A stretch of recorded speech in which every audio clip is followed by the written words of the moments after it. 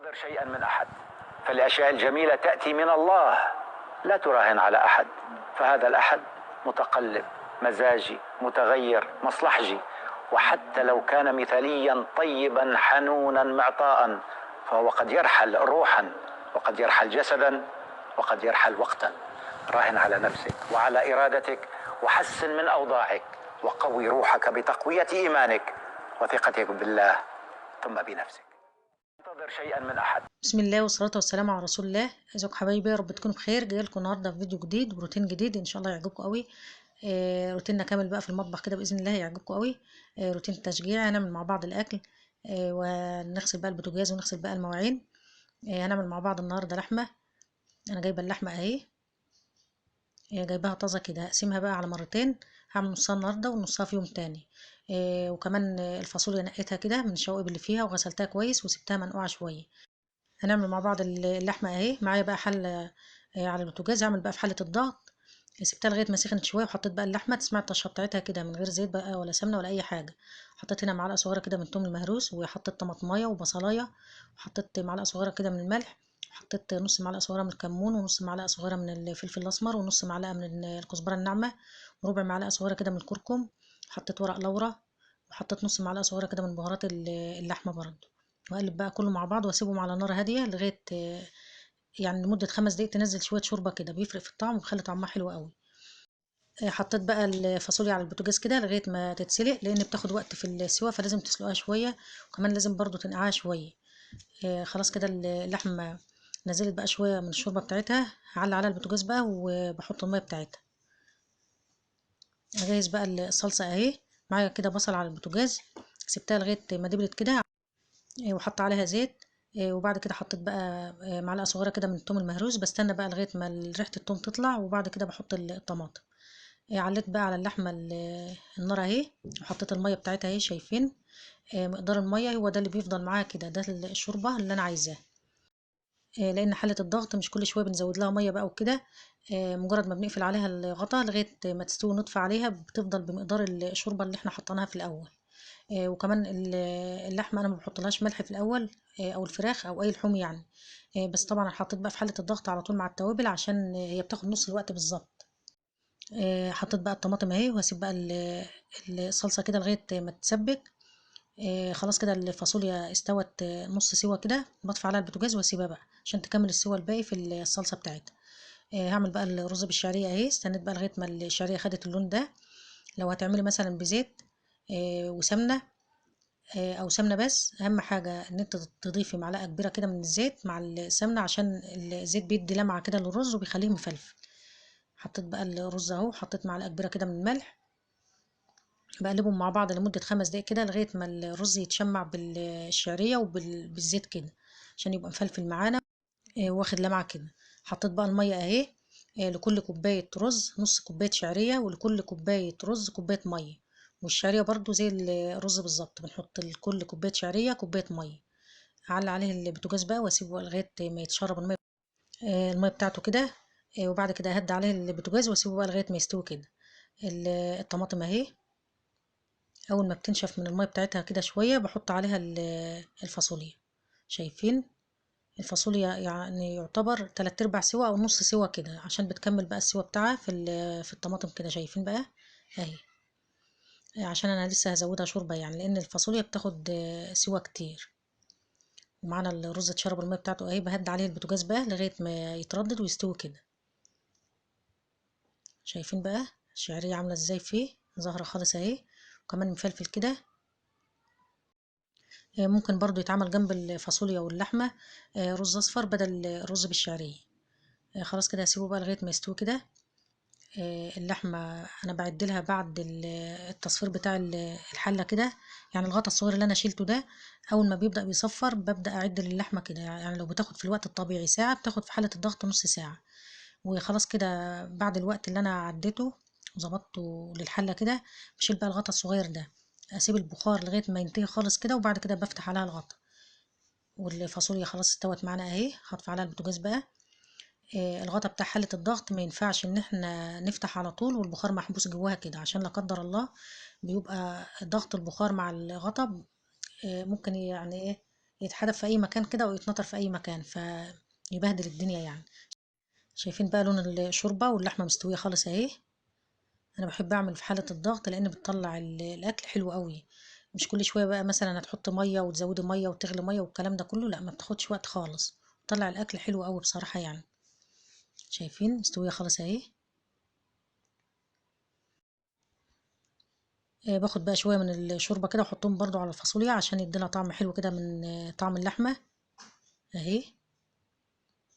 لان الفاصوليا بتاخد ميه كتير يعني، كل ما بتحط لها ميه كده تحس ان هي بتشرب الميه وبتحتاج تاني. كل ما بتسيبها بتنشف برضو. خلاص كده الاكل جاهز معانا اهو. اللحمه والرز بالشعريه وكمان الفاصوليا. وبعد ما خلصته بقى عملت صابون اسمر وحطيته بقى في البلكونه كده عشان يتهوى كده وينشف على طول. هغسل بقى المواعين اهي اللي انا استعملتها كده في تجهيز الاكل. هغسل بقى الازايز دي وهغسل برضو الحوض. بغسل بقى الحوض الاول كده عشان المواعين اللي انا بغسلها برصها جنب كده لغايه ما تتصفى. وبعد ما بتتصفى كويس برص بقى كل حاجه مكانها. مينفعش ان المواعين مثلا بعد الغسيل على طول تترص في المطبخ عشان بتنزل ميه. الميه دي بتعمل عطنه وعفونه وما بتبقاش حلوه خالص في المطبخ يعني. لازم تتصفى كويس. انا عامله بقى الصابون الاسمر ده من زيت القلي والتحمير، ما بياخدش وقت خالص. بينشف على طول يعني في نفس اليوم. وكمان حلو قوي. شايفين الرغوه بتاعته اهي. ده انا عاملاه معاكم قبل كده. لان الصابون لما بيغيب الرغوه بتاعته بتزيد وكمان بينشف معانا كده. لان كل ما بينشف اكتر لونه بيفتح كده وبيبيض مهما كان لون الزيت وانت بتستعمليه يعني. لو لون الزيت اسمر خالص بعد ما بتعملي بقى الصابون لونه بيفتح كده. انا دايما بعمله على طول لان انا بحب اغسل اصلا المواعين بالصابون الاسمر وبالذات بقى الالومنيوم عشان بخليها بقى بتلمع كده وبتبرق يعني. هغسل بقى الازايز اهي. لازم حلق الازاز يتغسل كويس قوي عشان يعني المكان اللي بيبقى تحت الغطا ده بيدخل فيه شوائب كتير واتربه وحاجات من دي، فلازم يتغسل كويس قوي بالذات بقى الازاز اللي هي بنشرب منها كتير. يعني الازاز اللي هي مخصصه بس ان احنا نشرب منها. انا دايما بغسل بقى الازاز كده من بره ومن جوه كده ومن الحلق بتاعه برضو. وكمان ما بسيبش برضو الميه في الازاز كده يعني لتاني يوم حتى لو الازاز ملانه. لازم افضيها واغسلها كويس واملاها تاني. لان في ماده بتبقى في البلاستيك او الباغه بتاعه الازاز دي بتتفاعل كده مع الميه لو خدت وقت يعني. لو خدت مثلا يوم كامل بتتفاعل معاها وبتكون ماده سامه لا قدر الله يعني تضرب الجسم وكده. فلازم نخلي بالنا برضو من التفاصيل دي عشان خاطر برضو صحة ولادنا وصحتنا يعني وكده. هغسل بقى الكوبايات الأول اهي الإزاز. بغسل برضو الكوبايات الإزاز الأول كده عشان الحلل مثلا أو الأطباق أو أي حاجة فيها دهون فيها حاجة. ما تخليش الكوبايات تبقى مليطة كده، لازم تتغسل الأول بالليفة كده. أو ممكن برضو تخصصي لها ليفة معينة تغسلي بها كده لوحدها يعني. هي والأزايز بتاعة الشرب أو بتاعة المية. دايما بقى ايدي في الحوض كده اول باول. اي مواعين بتتوسخ بغسلها على طول بحيث ان الحوض يفضل دايما نظيف ورايق حواليا كده.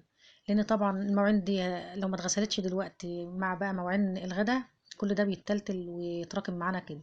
فلازم يعني اي مواعين تتوسخ معانا حتى لو معلقه لازم تتغسل اول باول. مش دايما بقى تسيب الحوض بتاعك مثلا مكركب او تقولي هسيب بقى مواعين الفطار على مواعين الغدا وبغسلهم مع بعض. كل ده بياخد معاكي برضو وقت ومجهود. لان كل ده تبع التعود. لو الواحد عود نفسه كده انه يعمل كل حاجة في وقتها تلاقي كل حاجة دايما حواليك رايقة ونظيفة وبتاخد معاكي وقت قليل خالص في التنظيف برضو. برضو البوتاجاز بغسله بعد كل استعمال. حتى لو يعني لو اعمل قلي بطاطس قلي بتنجان اي حاجة وطرطشة زيت بس كده بمسحها على طول برضو. لان كل ما بيتراكم عليه دهون وحاجات من دي وحروق بياخد معاكي بقى خلطات وبياخد معاكي برضو وقت ومجهود وبيبقى متعب شوية. خلاص كده غسلت المواعين دي اهي. وهنتغدى بقى والمواعين بقى اللي بتاعة الغدا هبقى اغسلها برضو. واغسل برضو البوتاجاز كده لما يفضى بقى من الحلل والحاجات دي. انا عندي بقى الحلة دي مرة وهي على البوتاجاز كده وسخنة يعني مسكتها بقماشة كده فالقماشة لزقت فيها. فمن يومها لازقة فيها كده ومش راضية تطلع خالص. غسلتها كتير وعملت حاجات كتير قوي عشان اطلعها معرفتش اطلعها بصراحة. بقالها يعني سنة واكتر كده. فمش عارفة اطلعها ازاي. اللي يعرف اي طريقه انضفها بيها او اي خلطه او اي حاجه يكتب لي بقى في التعليقات، لان انا بحب الحلل الصغيره دي، بتبقى حلوه قوي لبواقي الاكل. برضو لو عندي اي حاجه، مثلا هعمل ملوخيه بعملها فيها، عندي بواقي اكل كده بحطهم في الحلل الصغيره دي وبدخلها برضو التلاجة. ما بتاخدش مكان كده ولا حيز يعني، وبطلعها على طول وبسخنها بنفس الحله كده. خلاص كده خلصت بقى الموعين اهي، وغسلت بقى الحوض كويس وسلكته كده، وبحط فيه كنكة مية مغلية كده، بحيث ان لو في دهون في اي حاجة بتسيح كده او بتدوب، وبيسلك معايا. همسح بقى البوتاجاز اهو، يعني شايفين دي طرطشت بس الشوربة والرز وهو بيغلي كده، فكل ده ما باخدش وقت، مجرد ما بمسحه على طول كده بينضف معايا. غير بقى لما بتسيبيه بقى يكون زيت على زيت واكل وبواقي اكل وحاجات من دي، كل ده بياخد معاك وقت، وكمان بياخد معاك مجهود كده، وكمان بياخد معاك برضو خلطات. انا ببقى ارش برضو من البخاخه دي، مثلا لو على عين البوتاجاز كده في عين عليها حروق كتير برش عليها كده لغايه ما بمسح بقى البوتاجاز، بتكون فورت كل الحاجات دي، ما بتاخدش معايا برضو وقت يعني. لو عندك بقى العيون بتاعه البوتاجاز عليها حروق كتير او دهون كتير، بتجهزي لها بقى الخلطه، لتر ميه مغليه، وبتحط عليها معلقه كبيره كده من النشادر، ومعلقه كبيره كده من ملح الليمون، وشوية بريل، وبتقلبهم مع بعض، وبتنقعي العيون دي أو الحوامل بتاعة البوتاجاز برضه. بتتفور على طول، لأن ملح الليمون مع الكربوناتو بيخلي الحروق دي بتتفور على طول. مجرد ما بتغسلي البوتاجاز أو بتمسحيه وتيجي تدعكي بقى الحروق دي، بتلاقيها كلها يعني باشت خالص. خلاص كده مسحته أهو، همسحه بقى بفوطة تانية بقى نضيفة كده عشان اللمعة بتاعته تظهر. وانت برضو لو هتغسلي برضو البوتاجاز او كده، يعني تحاولي على قد ما تقدري ما تجيبيش بقى ميه تحت العيون، او على البوتاجاز كده، يعني بتبقى الخلطات بتبقى اكترها رغاوي، فما بتبقاش ميه يعني. لان الميه بتتحوش كده بين العين كده والماسوره اللي بتبقى تحتها، فبتخليها تصدي وتدوب كده. لان انا عندي العين اللي في الاول دي عشان دايما بستعملها على طول، دابت كده، فطبعا عشان احل المشكله دي لازم بقى البوتاجاز يتحل والماسوره دي تروح بقى للحداد، اعمل واحده زيها وهتبقى شغلانه يعني. فانا طبعا عشان اعالج بقى الموضوع ده، وكمان مفيش فرصه ان احنا نوديها يعني تتعمل او كده، فجبت بقى ورق الفويل بتاع حفظ الاكل وكده، عشان رقيق شويه فما بياخدش مساحه او حيز شويه، ولفيته على الماسوره كده. قفلت بقى الحته المفتوحه اللي كانت بتطلع النار، لان النار كانت بتطلع من الجنب كده، وكانت مسوده عين البوتاجاز. من ساعة ما عملتها والنار ما عادتش بتطلع كده. خلاص كده الروتين بتاعنا خلص. يا رب الفيديو ينال اعجابكم، ما تنسونيش بقى في تعليق حلو كده، والسلام عليكم ورحمة الله وبركاته.